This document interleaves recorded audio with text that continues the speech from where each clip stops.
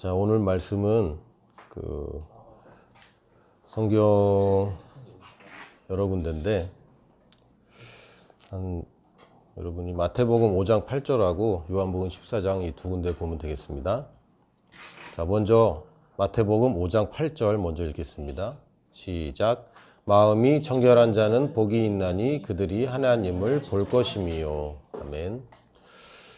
지난 주일날 무슨 일이 있었냐면 제가 이제 목요일 아침마다 조찬 모임을 하잖아요. 거기에서 이제 강용석이래 자꾸 권영석 대표님이라는 분이 있는데 이분이 강준식 대표님의 굉장히 친한 사이예요.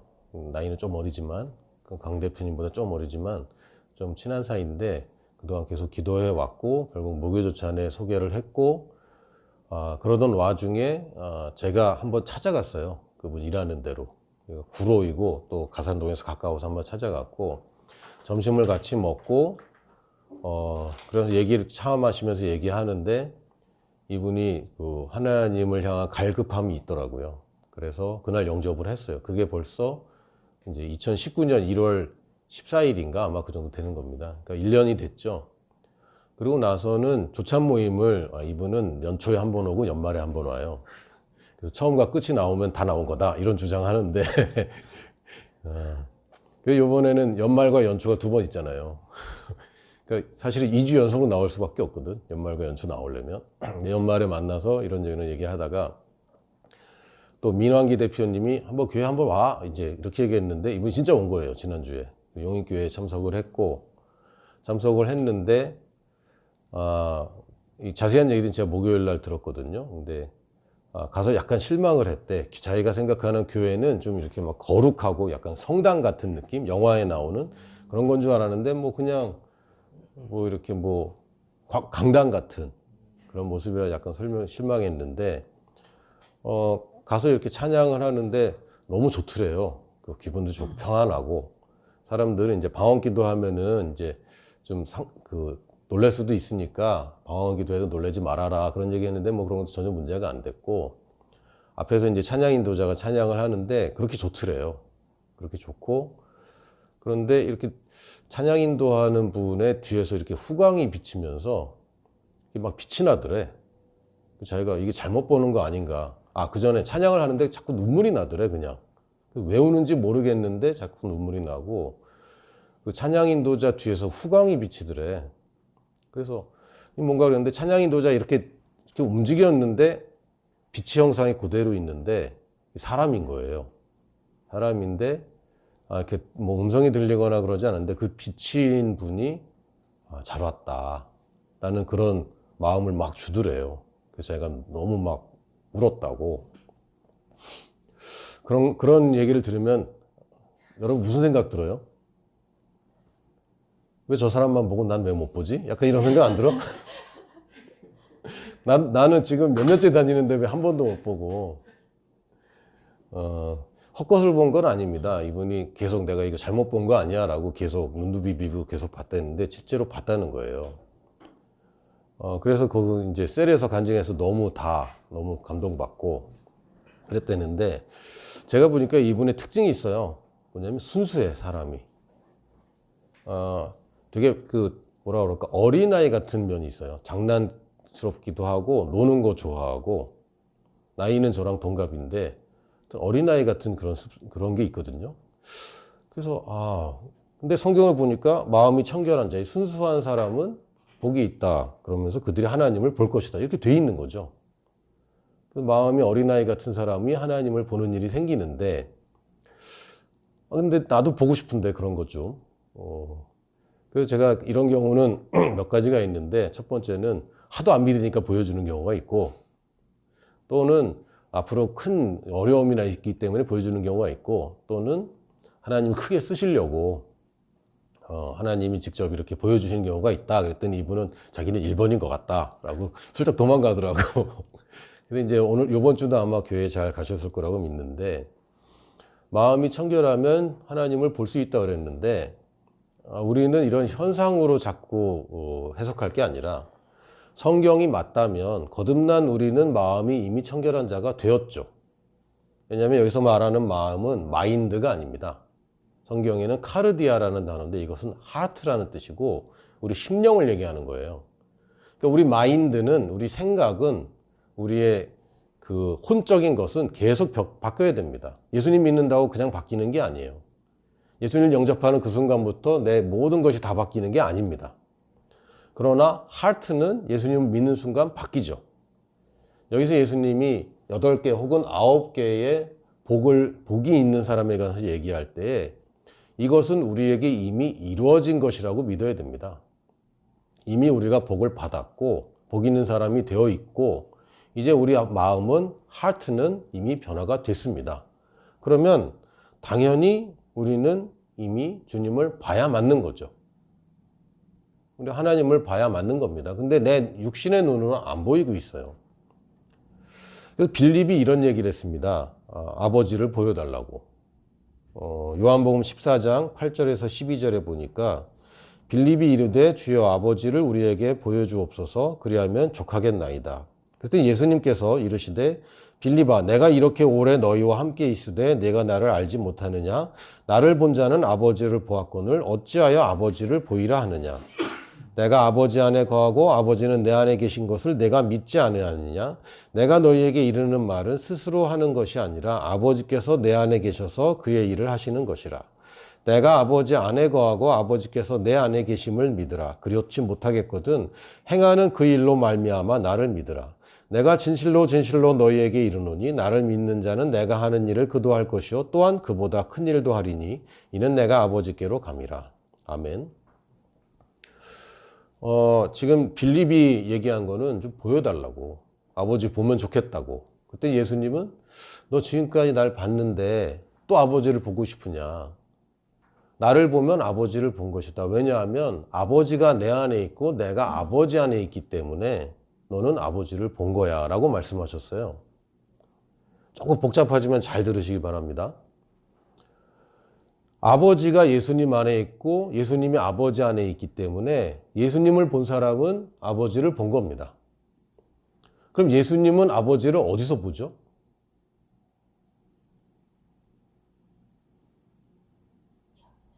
그렇죠. 그 안에서 보는 겁니다. 내 안에서. 그러니까 예수님이 모르겠습니다. 가끔 이렇게 변화산에서 만나시듯이 자주 비밀리에 주님을 만나고 계신지는 모르겠지만 이 성경 구절에 따르면 빌립이 예수님을 보면서 아버지를 볼 수 있는 것은 예수님이 아버지 안에 있고 아버지가 예수님 안에 있기 때문에 빌립이 예수님을 보면 아버지를 본 겁니다.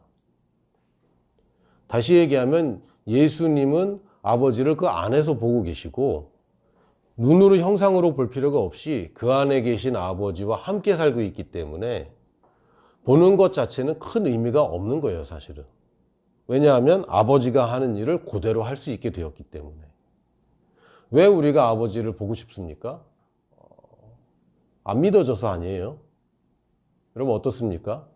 늘 하나님이 느껴져. 내가 아버지 안에 있고 아버지가 내 안에 계신 게 느껴져. 그러면 볼 이유가 없죠. 사실은 없습니다. 근데 왜 보고 싶습니까? 잘 안 믿어져서. 저거 보면은 더 잘 믿을 것 같아서. 그러나 예수님이 말씀하시는 것은 물론 빌립도 빛 가운데 임한 어떤 형상을 보면 더 잘 믿을지 모르겠지만 빌립에게 보여주신 최고는 뭐냐면 살아계신 하나님이 누군가 안에 계시고 그 사람이 하나님 안에서 사는 그 모습입니다. 그것이 사실은 우리가 봐야 되는 것인데 그러면서 뭐라고 그러셨냐면 그것을 믿는 그 이유는 하나님 안에, 예수 그리스도 안에 하나님이 계시다는 걸 믿을 수 있는 이유는 행하는 그 일로 말미암아 그걸 믿을 수 있다고 한 거예요. 그러니까 아버지를 직접 보는 게 아니라 아버지가 이 사람을 통해서 행하는 일을 보면 네가 믿을 수 있게 되는 겁니다. 이렇게 얘기하셨거든요. 그러니까 아버지를 눈으로 보는 게 아니라 아버지처럼 일하는 사람을 보면 빌립은 그걸로 족한 겁니다. 근데 그러면서 뭐라 그랬냐면 내가 진실로 진실로 이르노니 주님이 진실로를 2번이나 얘기하면 이거 중요한 겁니다. 나를 믿는 자는 내가 하는 일을 그도 할 것이요. 우리 얘기입니다. 이제는 우리 얘기예요. 또한 그보다 큰 일도 하리니 이는 내가 아버지께로 감이라. 그래서 빌립은 아버지 보여달라는 얘기로 시작했는데 예수님께서는 어떤 얘기를 하셨냐면 네가 나를 보고 아버지를 보는 것은 믿음으로 보는 것이고 또한 내가 하는 그 일로 말미암아 네가 아버지를 보는 거야. 근데 이제는 내가 그 일을 하는 거야. 그 얘기는 뭐냐면 우리 안에 계신 하나님을 사람들이 보게 된다는 것입니다. 우리가 하나님이 하시는 일을 우리가 하게 될 때 혹은 예수님과 같은 일을 할 때 혹은 예수님보다 더 큰 일을 하게 될 때에 사람들이 빌립과 같은 믿음을 갖고자 하는 사람들이 우리를 보고 하나님을 보게 된다는 것입니다. 이 권영석 대표님이 교회에 나오게 된 이유는 뭐 여러 가지 있습니다. 뭐 저도 한 역할을 한 것이고 또 민환기 대표님도 오라고 한 것이고 그러나 제일 중요한 역할은 제가 볼 때는 강준식 대표님이 한 거예요. 이분이 예수님을 어떻게 믿게 됐고 최근에 극적으로 믿음이 많이 성장했거든요. 그거를 보는 겁니다. 이 주변 사람들이. 이 사람이 생활이 달라지고 삶이 달라지고 말이 달라지고 태도가 달라지고 하는 것을 사람들이 보는 겁니다. 그래서 결국에는 강준식 대표님 안에 있는 예수님의 역사를 이 사람이 보게 된 것이고 그러면 결국엔 마음을 열게 되는 거죠. 믿음이 생기게 되는 거예요. 우리가 눈으로 보는 걸 자꾸 얘기하고 있는데 우리는 예수님을 성경 안에서 볼 수 있습니다. 예수님이 어떻게 사셨는지, 사람들을 어떻게 대하셨는지 그걸 우리가 보는 거예요.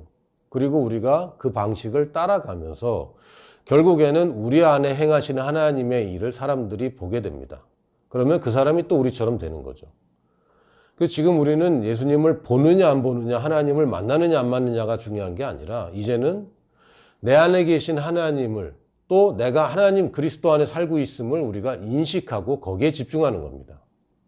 우리가 더 이상은 눈으로 볼 필요가 없어진 것은 우리 안에 그분이 계시기 때문입니다.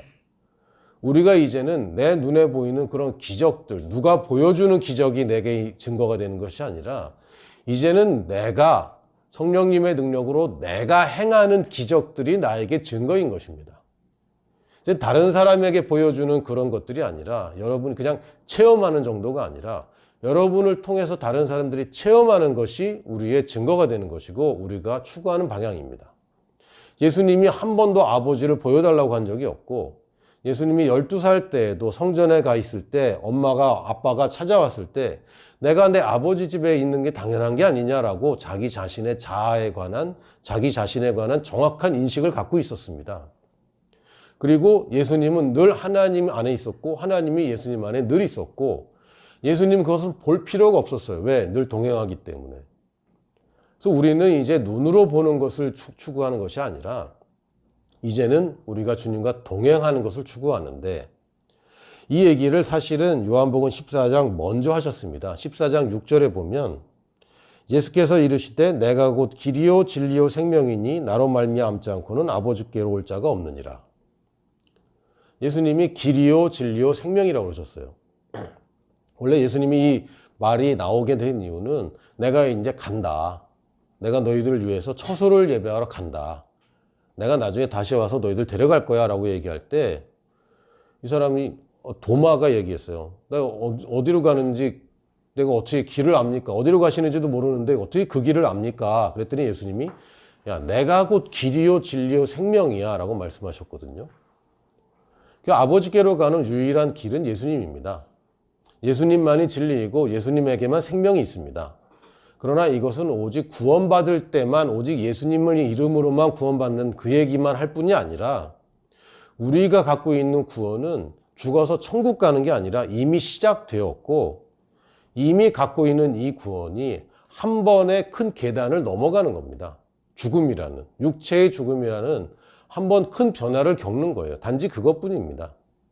뱃속에 있는 아기가 이미 살아있는 존재이고 이미 생명체입니다. 그러나 출산이라는 한 고비를 넘어가서 새로운 인생이 시작되는 건데 생명이 바뀌는 게 아니라 생명은 그대로이지만 환경과 상황이 바뀌는 것처럼 우리에게 이미 생명이 있고 이 생명이 육신을 벗는 그날에 다른 차원으로 넘어가는 것이지 이 생명이 그때 시작되는 것이 아니라 이미 그 생명을 가지고 있는 것입니다.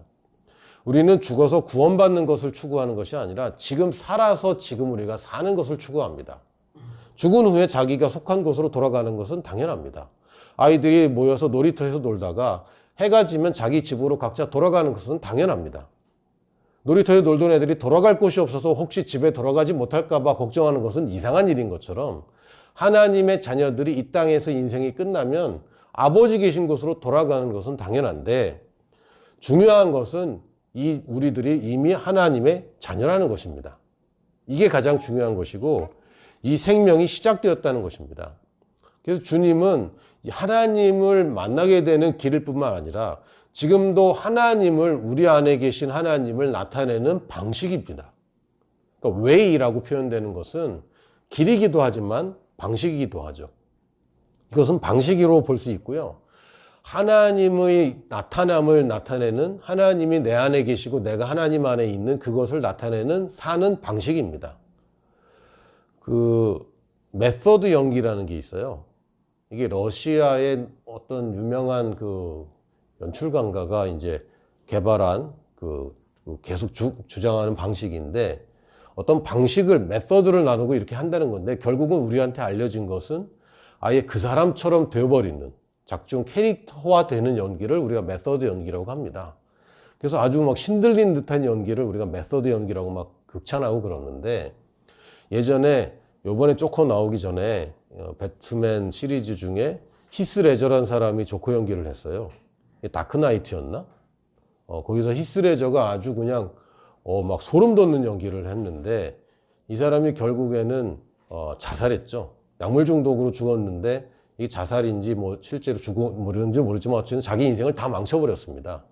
근데 이 사람이 얼마나 그 캐릭터에 심취했냐면 조커가 됐다고 생각을 하면서 일기를 썼어요. 매일매일. 그러니까 작중 인물화 돼버린 거죠. 그러면 이제 분열이 일어나고 큰 고통을 겪게 됩니다. 그래서 히스레저가 죽었을 때 그 전에 조커 역할을 했던 사람이 잭 니콜슨이라는 사람이 있거든요. 이 배우가 이렇게 얘기했답니다. 그러지 말라고 내가 얘기했잖아. 그러다 큰일 난다고 내가 경고했잖아. 잭 니콜슨도 조커 연기하다가 이 사람이 굉장히 큰 고통을 당했거든요. 정신적인 고통을. 그래서 제가 저희 용인교회에 다니는 이제 연기하는 친구가 한 명 있어요. 그 친구한테 메소드 연기에 대해서 물어봤는데 그 친구가 아주 단호하게 얘기하더라고요. 그렇게 하면 안 된다고. 큰일 난다고. 이 캐릭터는 캐릭터고 자기는 자기라고 연기를 해야지 캐릭터화 돼버리면 인생이 이제 다 망가진다는 거예요. 이게 굉장히 위험한 짓입니다, 이게. 그래서 가만 보면 뭐 헐리우드나 뭐 연예가 중에 보면은 같이 연기하다가 결혼해서 막 이런 거 있잖아요. 송송 커플도 그런 거 아닙니까? 같이 연기하다가 결혼했는데 지금 뭐 이혼한다고 그러나? 이혼했나? 캐릭터에 빠져서 사랑하는 관계가 되니까 이게 진짜 사랑인 줄 아는 거죠. 그리고 결혼했는데 아니야. 그러면 이제 또 막 갈등이 생기고. 그런데 왜 메소드 연기를 하냐면 우리가 예수님의 메소드 연기를 시작하는 겁니다. 여러분이 누구인가, 또 내가 무엇을 가졌는가, 이제 내가 어떤 미션을 가지는가를 계속 반복하면 여러분 그런 인생을 삽니다. 그 성공학을 보면요, 아주 공통되게 얘기하는 게 있어요. 뭐냐면 여러분이 성공한 모습을 계속 그리라는 거죠. 그래서 어떤 사람은 자기 꿈을 아주 간단한 단어로 해서 100번을 씁니다. 매일 아침에. 실제로 쓰는 사람이 있어요. 어떤 사람은 쓰는 게 너무 힘드니까 타자 치는데 타자 치는 게 너무 그거는 좀 아닌 것 같아서 문자를 보낸다는 사람이 있어요. 난 잘 모르겠어요. 어쨌든 그걸 계속 인식하는 거죠. 하루에 아침마다 100번씩. 그럼 될까요? 안 될까요? 거의 됩니다. 거의. 왜? 자기가 그런 사람을 알기 때문에. 그러니까 자기를 누군가라고 믿느냐에 따라서 그런 사람이 되는데 문제는 방식은 아주 동일합니다. 유대인들은 그거 다 알고 있었어요. 뭐냐면 묵상하는 건데 깊이 명상하는 그런 묵상이 아니라 하나님의 말씀을 계속 읊조리고 계속 암송하고 계속 말해내서 내가 그런 인생을 사는 겁니다. 복 있는 사람은 시편을 계속 암송하는 겁니다. 여호와는 나의 목자시니 계속 암송하는 겁니다. 그래서 그런 사람으로 사는 겁니다. 그래서 시편에 보면 복 있는 사람은 악인의 길을 따르지 않고 주인의 길에 서지 않고 오만한 자리에 앉지 않는다. 이거는 복 받으려면 이렇게 하는 것이 아니라 복 있는 사람은 이런 식으로 살아라고 얘기해 주는 거죠. 처음 인식이 뭡니까? 나는 복 있는 사람이야. 여호와는 나의 목자시니 내게 부족함이 없다. 여기 내가 하는 일은 아무것도 없습니다. 내가 누구인가? 여호와는 나의 목자이고 하나님이 누구신가? 나는 그분의 양이고 그러니까 부족함이 없다. 이걸 계속 고백하면서 사는 겁니다. 그리고 유대인들은 뭘 믿었냐면 우리가 의의 길 그러면 이거는 도덕적인 거를 자꾸 생각하는데 제가 얘기했나요? 제테크가 아니라 체데크라는 단어인데 의로움이란 단어는 체데크란 단어는 세 가지 뜻이 있습니다. 도덕적으로 의롭다. 두 번째는 공평하다. 세 번째는 번영이란 뜻이 있습니다. 유대인들이 믿는 올바름이랑 도덕적으로도 훌륭하고 다른 사람에게도 훌륭할 뿐만 아니라 재정적으로도 풍요로운 게 하나님이 주신 올바른 삶입니다. 유대인들은 그걸 믿어요.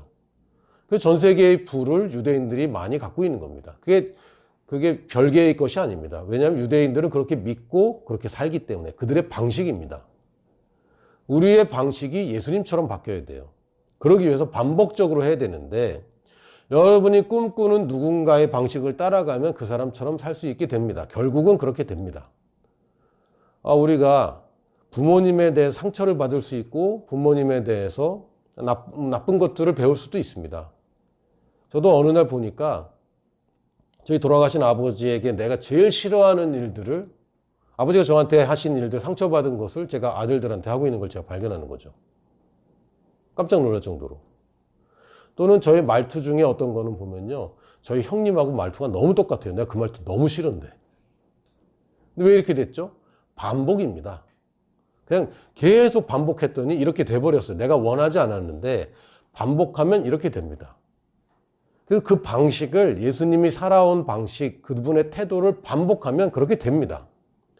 근데 중요한 것은 그래서 정말 그것이 성공이냐, 그게 정말 옳은 것이냐는 아무도 보장할 수 없는 거예요. 여러분이 추구하는 어떤 인생이 있지만 그 인생을 여러분이 정말 가까이서 보고 실체를 알기 전까지는 그 사람의 속마음을 알기 전까지는 여러분이 그 사람 따라해서 그런 인생을 산다고 해도 정말 행복하고 성공적인 인생인지는 아무도 모르는 겁니다. 그런데 예수님은 더 웨이일 뿐만 아니라 더 트루스입니다. 예수님이 진리예요. 이거는 진짜라. 여러분이 누군가를 모델로 삼아서 그 사람을 따라하면 그 사람처럼 되지만 그게 진짜인지 아닌지는 보장할 수 없어요. 그러나 예수님은 진짜입니다. 그러니까 우리가 마음 놓고 힘을 다하고 뜻을 다해서 주님의 방식을 따라가도 됩니다.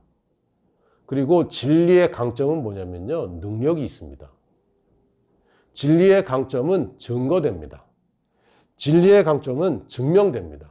모호하지 않습니다. 누구와 봐도 인정할 수 없는 것이 진리입니다. 1 더하기 1은 2가 된다는 것을 우리가 증명할 수 있습니다. 눈으로 보여줄 수 있어요. 왜? 진리이기 때문에. 그러나 1 더하기 1은 좋다. 이거는 증명할 수 없어요. 왜냐하면 진리라고 얘기할 수 없습니다. 1 더하기 1은 나쁘다. 이것도 증명할 수 없어요. 그러나 1 더하기 1은 2다. 이건 증명할 수 있죠. 왜? 진리이기 때문에. truth는 진리는 증명 가능하고 그 얘기는 뭐냐면 가시적인 것으로 나타납니다. 우리가 믿고 있는 진리는 우리가 추구하고 따라가면 실제 열매로 나타납니다. 다른 사람들이 봐도 저거 맞다라고 증명이 됩니다. 우리가 따르는 주님의 방식은 결과를 가져옵니다. 무조건. 단지 그때까지 우리가 버티는 것은 우리의 몫인 거예요. 예수님이 뺨 맞으면 다른 쪽 뺨을 돌려대라 그랬어요. 세상에서는 그거 정말 하면 안 되는 짓입니다. 뺨을 맞으면 때릴 때 이미 피했어야지 라고 가르칩니다. 뺨을 때릴 거라고 예측을 했어야지, 혹은 그런 사람하고 친구가 되지 말았어야지. 이게 세상의 방식입니다. 이게 정말 유리한 것 같아요. 그러나 뺨을 맞으면 다른 쪽 뺨을 돌려대면 여러분들이 뭘 얻게 되냐면 친구를 얻게 됩니다. 여러분들의 적이 한 명 사라지고 친구가 한 명 생겨요. 이 적이 친구가 됩니다. 이거는 엄청난 이득이에요. 단지 적이 분명히 존재하는데 내가 적을 피하는 수준에서 적을 변화시켜 버립니다. 그러면 적이 내 사람이 되잖아요. 그럼 강한 적일수록 유리해져요. 이해되셨어요? 예수님의 방식이 진리이기 때문에 그 방식대로 하면 우리에게 굉장히 유리합니다. 사람들은 예수님의 방식하면 희생하는 거, 손해보는 거 생각하는데 실제로 예수님의 방식대로 하면 얻는 것이지 잃지 않습니다. 우리가 사람을 얻게 됩니다. 그러나 세상의 방식으로 하면 우리가 사람을 잃게 되죠. 주님은 진리이기 때문에 능력이 나타납니다. 예수님의 이름에 능력이 있다. 그걸 어떻게 됩니까? 증명됩니다. 또한 예수님은 방식, 하나의 유일한 방식, the way일 뿐만 아니라 a way가 아니라 the way, 그 방식, 하나의 방식, 유일한 방식, the truth, a truth 아닙니다. 하나의 진리가 아니라 오직 하나의 진리, 이것만이 진리이고 또 하나는 the life입니다. 생명은 변화를 일으킵니다. 생명 그러면 그냥 살아있다가 아니라 살아있는 건 특징이 있어요. 뭐냐면 움직이고 변화를 일으키는데 변화가 두 가지 방향으로 있습니다. 인워드가 있고 아웃워드가 있어요. 내 안으로 변화되는 것을 우리는 성장이라고 부릅니다. 또 밖으로 변화시키는 것을 영향력이라고 하고 또한 영향력의 가장 극단적인 가장 그 정점이 번식입니다. 하나의 생명을 또 낳는 거죠. 이게 생명입니다. 그리고 생명이 성장하지 않는다, 변화하지 않는다. 이건 생명이라고 하기가 어려워요. 여러분이 알고 있는 생명 중에서 움직이지 않는 생명이 뭐가 있습니까? 나무가 안 움직이는 것 같고 변화하지 않은 것 같지만 굉장히 자라고 있잖아요. 그럼 그 자랐기 때문에 지금 나무가 된 거죠. 물론 죽은 생명은 움직이지 않습니다. 그러나 살아있는 이 생명은 계속 움직이고 계속 변화되고 성장합니다. 또한 이 생명이 다른 생명을 낳지 못한다라고 얘기한다면 그것은 생명인지 아닌지 잘 생각해 봐야 되고 이 생식이 안 되는 생명은 장애가 있는 것입니다. 이건 정상이 아니에요. 돌연변이들이 대부분 생식 기능이 없습니다. 이 정상이 아닙니다. 정상적인 생명은 성장할 뿐만 아니라 다른 생명을 낳습니다. 이게 예수님이 살아오신 그 생명이었고 우리에게 주신 그 생명입니다. 그러므로 우리는 그냥 능력만 나타낼 뿐만 아니라 우리는 예수님의 방식대로 살아가면 당연히 그 결과로 증명될 뿐만 아니라 내가 성장하고 나와 같은 생명을 또 태어나게 합니다. 이게 우리 인생입니다. 예수님이 나의 방식입니다. 다른 방식이 아니라 예수님이 나의 방식이기 때문에 내가 더 이상 예수님을 눈으로 보고자 할 필요가 없어요. 왜? 내 안에 계신 분을 인식하는 것입니다. 또한 예수님이 진리이기 때문에 내 안에 있는 예수님을 인식하고 그분이 원하는 대로 살아가면 결국 결과가 따라올 수밖에 없고 이 변화는 내가 감지할 수 있는 또 나와 가장 가까운 사람이 감지할 수 있는 성장으로 나타나고 또한 다른 생명들을 낳게 됩니다. 이게 우리 인생입니다. 지금도 여전히 기적적인 뭔가를 하나를 봤으면 좋겠다는 생각이 듭니다. 보고 싶다는 생각이 듭니다. 그러나 우리가 추구해야 돼 보는 것은 내가 탄생시킨 그 생명을 보는 것입니다. 제가 그 권영석 대표님이 이렇게 변화되는 것을 보니까 제가 너무 기쁜 거죠. 제가 대단한 일을 했냐? 아니요. 그렇지만 제가 영접기도 같이 시켰고 권영석 대표님이 알고 있는 유일한 목사가 저거든요. 이분 재미있는 분입니다. 이분이 군종병이었어요. 군대 있을 때 불교 군종병. 들어봤어요? 절에서 일했습니다.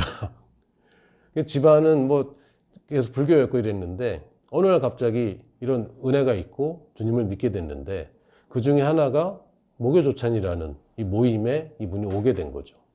저를 만나고 다른 분들을 만나보니까 좋고 이런 영향력들이 생명을 또 하나를 낳게 되는 겁니다. 그리고 제가 보고 싶은 것은 사실은 하나님을 보고 싶은 것도 있지만 이제 그 결과를 보고 싶은 거예요. 내 인생에서의 결과. 그러니까 하나님은 봤지만 내가 성장하지 않았으면 그거는 헛거 아닙니까? 내가 하나님을 만났지만 나로 인해서 다른 생명들이 태어나고 이 생명들이 변하는 것을 보지 못한다면 그건 헛거 아닙니까? 빌립이 예수님을 보면 예수님의 삶과 예수님이 변화를 보고 예수님이 변화시키는 그 사람들을 볼 수 있는 것처럼 이제 나는 보고 싶다는 것은 다른 사람들이 나를 보고 예수님을 만나는 그런 것들을 내가 보고 싶습니다. 하나님이 빛의 형상의 하나님을 보고 싶기도 하지만 그 하나님이 내 안에서 살고 계시기 때문에 다른 사람들이 나를 보고 하나님을 만나는 그것을 보고 싶습니다. 할렐루야. 여러분도 그렇게 되길 원합니다. 아멘.